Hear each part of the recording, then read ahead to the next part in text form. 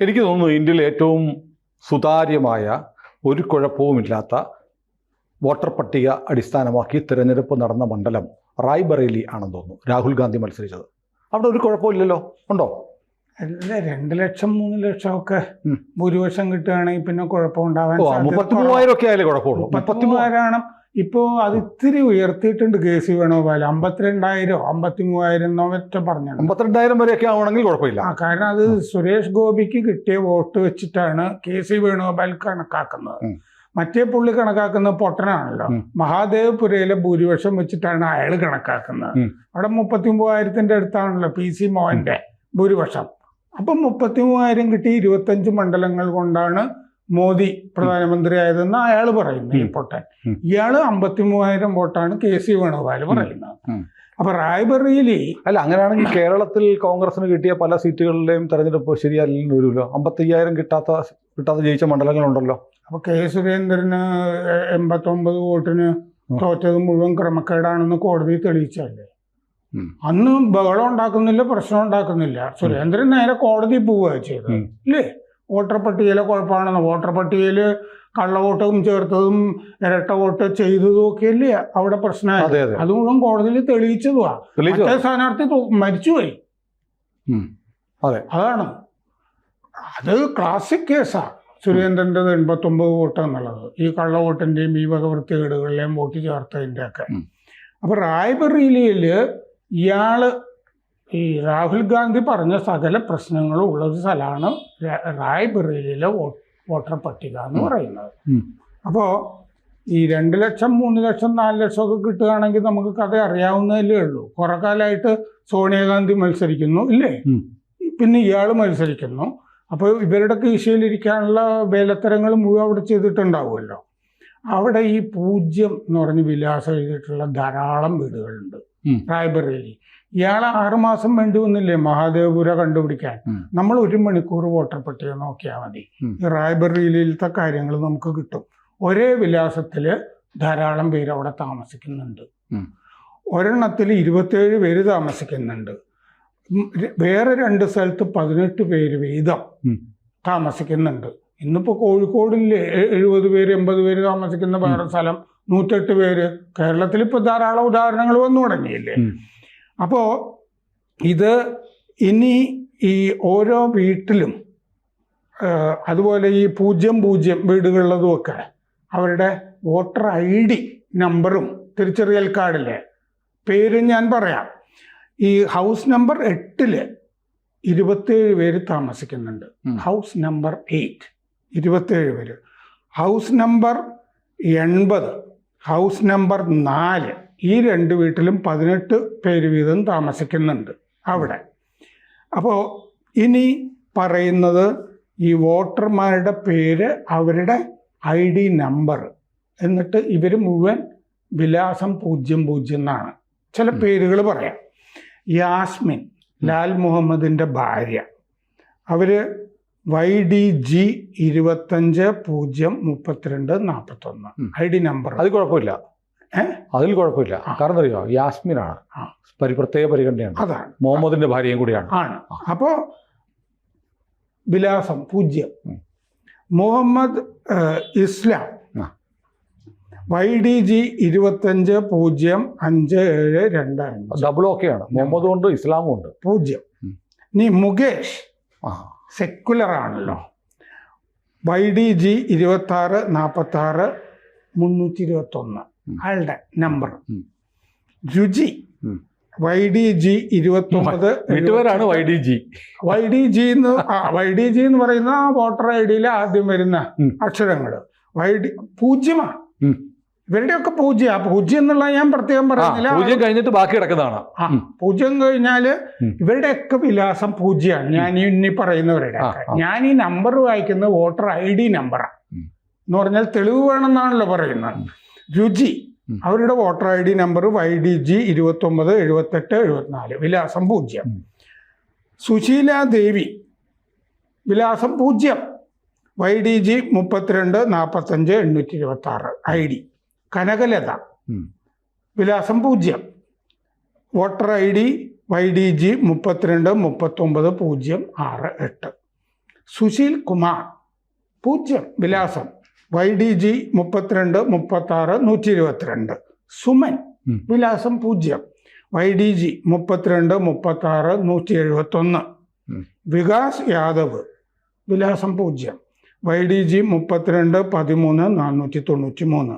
ബിരേൻ സിംഗ് യാദവ് 0 വിലാസം YDG 32 33 244. ഗീത വിലാസം 0 YDG 32 44 126. Sadeep വിലാസം 0 YDG 32 39 622. ഇത് നമ്മൾ ഒറ്റ നോട്ടത്തിൽ നമുക്ക് കാണാവുന്നതാണ്. ഇതുപോലെ എത്രയോ അതിൻ്റെ അകത്തുണ്ട് വീട്. അത് വേണം പറയും, അതെല്ലാം BJP-ക്കാരുടെ എന്ന് പറയും. അങ്ങനെ അപ്പൊ പിന്നെ ആ യാസ്മിനും മുഹമ്മദ് ഇസ്ലാമും ഒക്കെ അതൊഴിച്ച് BJP ആണെന്ന്. അപ്പോ പക്ഷെ ഇത് മുഴുവൻ മറ്റേ വോട്ടർ പട്ടികയിലുണ്ട്.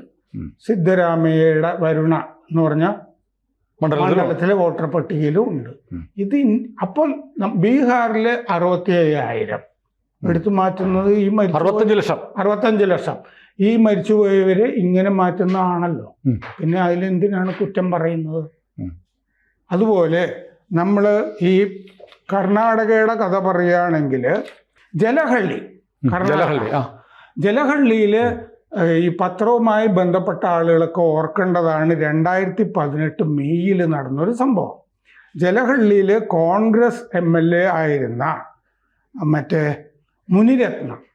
മുനിരത്നയും പിന്നെ 13 പേർക്കെതിരെ, അതിൽ 7 സ്ത്രീകൾ കേസെടുത്തു. എന്താന്ന് വെച്ച് കഴിഞ്ഞാൽ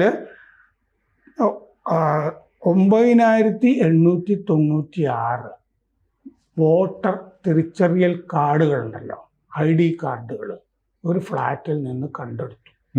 അത് ഈ മുനിരത്നയുമായി ബന്ധപ്പെട്ട ഒരു ഫ്ലാറ്റിൽ 9896 FIR ഉള്ളതാണിത്. കോൺഗ്രസ് MLA മുനിരത്ന, ഇയാള് രാജരാജേശ്വരി നഗർ MLA ആയിരുന്നു മുനിരത്ന. FIR 14 പേർക്കെതിരെ. ഇത് BBMP assistant executive engineer JR ഭാസ്കറിന്റെ പരാതിയിലാണ് കേസെടുത്തത്. അങ്ങേര് റിട്ടേണിംഗ് ഓഫീസറോ അങ്ങനെ എന്തോ ആയിരുന്നു എന്ന് തോന്നുന്നു. അല്ലെങ്കിൽ അങ്ങേര് പരാതി കൊടുക്കേണ്ട കാര്യമില്ല. 7 സ്ത്രീകൾ 1951 1988 ജനപ്രാതിനിധ്യ നിയമം അനുസരിച്ചിട്ടാണ്. പിന്നെ IPC ഇത് രണ്ടും വെച്ച് കേസെടുത്തു. കോഴ, അൺഡ്യൂ ഇൻഫ്ലുവൻസ്, വോട്ടർമാരിൽ സ്വാധീനം ചെലുത്തൽ, ഗൂഢാലോചന. ഇത് ഈ ഒരു ഫ്ലാറ്റിൽ നിന്നാണ് ഇത് എടുത്തത്. ഈ ഫ്ലാറ്റ് ഈ സംഭവം നടക്കുന്നതിന് 1 മാസം മുമ്പ് മാത്രം വാടകയ്ക്ക് എടുത്തതാണ് ഈ ഫ്ലാറ്റ്. ആ ഫ്ലാറ്റിന്റെ ഉടമസ്ഥ മഞ്ജുള നഞ്ചമൂരി, അവര് രേഖ എന്ന് പറഞ്ഞൊരു സ്ത്രീക്ക് വാടകയ്ക്ക് കൊടുത്തു. ഇവരൊക്കെ കേസിൽ പ്രതികളായി. ആ രേഖ പല ആളുകളുമായിട്ടും കോൺഗ്രസ്സുകാരുമായിട്ടും ഈ മുനിരത്നയുമായിട്ടൊക്കെ ഗൂഢാലോചന നടത്തി എന്നുള്ളതാണ് കേസ്. ഈ ഫ്ലാറ്റിൽ നിന്നാണ് വോട്ടർ ID 9896 കിട്ടിയത്. ഇത് 4 ചേരികളിലെ വോട്ടർമാരുടേതാണ്. ആ 4 ചേരികൾ 4 മോസ്കിന്റെ അടുത്തുള്ളതാണ്. ആ 4 ചേരി മനസ്സിലായി, സംഭവം മനസ്സിലായി. 9000 നമ്മൾ സെക്കുലർ ആയതുകൊണ്ട് ഇങ്ങനെയല്ലേ പറയാൻ പറ്റും. അപ്പോ അങ്ങനെ ഈ ഫ്ലാറ്റിൽ നിന്ന് ഈ മുനിരത്നയുടെ തെരഞ്ഞെടുപ്പിന് വേണ്ടിയിട്ടുള്ള ലഘുലേഖകൾ, വോട്ട് ഫോർ കോൺഗ്രസ് എന്നെഴുതിയ കാർഡുകൾ, ഇതൊക്കെ കണ്ടെടുത്തു പോലീസ്. അപ്പം മുനിരത്നയുടെ സംവിധാനമാണെന്നും മനസ്സിലായി. അപ്പോൾ അതിലെല്ലാം ഈ 10 ഡിജിറ്റ് നമ്പർ ഉണ്ടല്ലോ, അതുണ്ടായിരുന്നു വോട്ടർ ID കാർഡിൻ്റെ. ഈ മുനിരത്ന എന്ന് പറഞ്ഞ ആള് പിന്നീട് അവിടെ അശ്വത് നഗറിൽ പൂജാരി ലേഔട്ടിൽ വെച്ചൊരു ട്രക്ക് നാട്ടുകാർ പിടിച്ചു. ആ ട്രക്ക് പിടിച്ചു കഴിഞ്ഞപ്പോൾ അതിൽ 100 കണക്കിന് പ്ലാസ്റ്റിക് ബാഗില് കാർട്ടണുകൾ കണ്ടെത്തി. ആ കാർട്ടണുകൾ നോക്കിക്കഴിഞ്ഞപ്പോൾ 23,393 ഷോർട്സ്, വസ്ത്രം, 5108 ടീഷർട്ട് ഇത് കണ്ടെത്തി. ഇതിലെല്ലാം മുനിരത്നയുടെ ചിത്രം പതിച്ചിരുന്നു. അതുകൊണ്ട് ആളുകളെ ഇറക്കാൻ വേണ്ടി ഇതിന് ഇയാള് 95 ലക്ഷം രൂപ ചെലവാക്കിയിരുന്നു എന്നും കണ്ടെത്തി ഈ മുനിരത്ന. അപ്പൊ മുനിരത്ന ഈ സംഭവത്തിന് ശേഷം ഇയാള് സിനിമാ നിർമ്മാതാവാണ്. ഇതിന് ശേഷം അയാളൊരു സിനിമ ഇറക്കി, മുനിരത്ന കുരുക്ഷേത്ര എന്ന് പറഞ്ഞിട്ടൊരു കന്നഡ പടം ഇയാൾ ഇറക്കിയിരുന്നു. അതിന് മുമ്പ് 4-5 പടമൊക്കെ ഇറക്കിയിരുന്നു. അത് കഴിഞ്ഞ് ഇയാൾ പാർട്ടിയും ഒക്കെ മാറി പിന്നെ ഈ ഭൂകൃഷിയുടെ മന്ത്രിയൊക്കെ ആയി മുനിരത്ന അവിടെ. ഇതും കർണാടകയിൽ നടന്ന സംഭവമാണ്. അപ്പോൾ ഈ വോട്ടർ ഐ ഡി കാർഡ് 10,000 എണ്ണം ഒരു ഫ്ലാറ്റിൽ വരുന്നത്, ഇത് വോട്ടർ ഐ ഡി ക്രമക്കേടുമായി ബന്ധപ്പെട്ടതല്ലല്ലോ, അല്ലാത്ത ക്രമക്കേടല്ല. അതെ അതെ, ഇലക്ഷൻ അട്ടിമറിക്കാനുള്ളതാണ്. അട്ടിമറിയാണിത്. ഇത്രയും പേര് 4 ചേരികളുള്ളവരുടെയൊക്കെ ശേഖരിച്ച് കൊണ്ടുവന്നിരിക്കുകയാണ് ഇവിടെ. വോട്ടർ ഐ ഡി ഓരോരുത്തരുടെയും കയ്യിലല്ലേ ഇരിക്കുന്നത്. അതെ അതെ, ഇത് ഇവര് വോട്ട് ചെയ്യണം എന്ന് ഉറപ്പാക്കി കോഴയൊക്കെ കൊടുത്ത് അപ്പോഴേ ഞങ്ങൾ തിരിച്ചു തരുള്ളൂ. പണ്ട് ഈ അശോക് മിത്രയുടെ ആത്മകഥയിൽ ഞാൻ വായിച്ചിട്ടുണ്ട്, ഹരേ കൃഷ്ണ കോനാരായിരുന്നു തദ്ദേശ സ്വയംഭരണ മന്ത്രി ബംഗാളില്. അപ്പോൾ അവിടെ ഈ ഭൂപരിഷ്കരണം നടപ്പാക്കി കഴിഞ്ഞിട്ട് പല വീട്ടുകാരുടെയും ആധാരം ഉണ്ടല്ലോ, ആധാരം മുഴുവൻ പാർട്ടി ഏരിയ കമ്മിറ്റി ഓഫീസുകളിലാണെന്ന് സൂക്ഷിച്ചിരുന്നത്. ആധാരം കൊടുക്കില്ല, സഖാക്കള് സൂക്ഷിക്കുക. കാരണം ഇവര് എക്കാലത്തും പാർട്ടി അടിമയായിരിക്കണം, പാർട്ടിക്ക് വോട്ട് ചെയ്തുകൊണ്ടേ ഇരിക്കണം. ഇങ്ങനെയാണ് അവിടെ ഭൂപരിഷ്കരണം നടപ്പാക്കിയെന്ന് അശോക് മിത്ര. അല്ല, ഇപ്പൊ ഞാൻ ആലോചിക്കുന്നു, നമ്മുടെ ഈ കേരളത്തിലെ ചാനലുകൾ ഇങ്ങനെ ആവേശം കൊണ്ട് കർണാടകയിലും അവിടെ ഇവിടെയൊക്കെ പോയിട്ട് ഇങ്ങനെ വോട്ടർ പട്ടിക പഠിച്ച് വ്യാജ വോട്ടർമാരെ കണ്ടെത്തിക്കൊണ്ടിരിക്കുകയാണല്ലോ. എന്നാൽ പിന്നെ ആർക്കെങ്കിലും ഈ റായ്ബറയിലെ വോട്ടർ പട്ടിക ഒന്ന് നോക്കാം എന്ന് തോന്നാത്ത? വളരെ എളുപ്പമാണ് കണ്ടുപിടിക്കാൻ. നോക്കൂല, നോക്കിയാൽ തീർന്നു. ഇപ്പൊ തന്നെ പപ്പുവിന്റെ ഗ്യാസ് പോയിരിക്കുക. അതുകൊണ്ടെടുത്ത പപ്പുവിന്റെ ശവപ്പട്ടിയിലെ അവസാനത്തെ ആണിയില് ഈ സുരേഷ് ഗോപി, സുഭാഷ് ഗോപി എന്നൊക്കെ ഇങ്ങനെ ടിക്ക് ചെയ്ത്, റാണി സുഭാഷ് ഗോപിയുടെ ഭാര്യ ഇങ്ങനെ ടിക്ക് ചെയ്ത് കാണിക്കുന്ന പോലെ ഇത് മുഴുവൻ റായ്ബറേലിയിൽ കാണിക്കാന്ന് പടല കണക്കിന് കിടക്കുന്നുണ്ട്. പിന്നെ ഈ മഹാദേവപുര ഉണ്ടല്ലോ, അതിൽ ഇവരാരും പറയാത്തൊരു കാര്യമുണ്ട്. നമ്മൾ നോക്കുമ്പോൾ കഴിഞ്ഞ 3 ലോക്സഭാ തെരഞ്ഞെടുപ്പിലും അവിടെ PC മോഹനെതിരെ നിന്നിരിക്കുന്ന മുസ്ലിം സ്ഥാനാർത്ഥിയാണ്. ഹിന്ദു ധ്രുവീകരണമാണ് ആ മണ്ഡലത്തിൽ ഉണ്ടായിരിക്കുന്നത്. ഓരോ തവണയും ഹിന്ദുക്കൾ മുഴുവൻ കൊണ്ടുപോയി മോഹനെ വോട്ട് ചെയ്തു. 2 തവണ ഒരേ മുസ്ലിം കാൻഡിഡേറ്റ് ആയിരുന്നു. കുറച്ച് മുസ്ലിം വോട്ടർമാരുണ്ടാവും, ഒരു പോക്കറ്റാണ്. അപ്പൊ അത് മുഴുവൻ കിട്ടാൻ വേണ്ടി അത്രയെങ്കിലും കിട്ടട്ടെ എന്ന് വിചാരിച്ച് കോൺഗ്രസ് നിർത്തുന്നതാണ്. ഇതൊന്നും പുറത്തു പറഞ്ഞിട്ടില്ല. മഹാദേവപുരയെ പറ്റി പുറത്തു വരാനായിട്ട് ഇനിയും ധാരാളം കാര്യങ്ങൾ ഉണ്ടാവും അന്വേഷിക്കുമ്പോൾ. അതെ അതെ. കൂടുതൽ വാർത്തകളും വിശേഷങ്ങളും നിങ്ങളിലേക്ക് എത്താൻ ABC മലയാളം സബ്സ്ക്രൈബ് ചെയ്യുക, ബെൽ ബട്ടണും അമർത്തുക.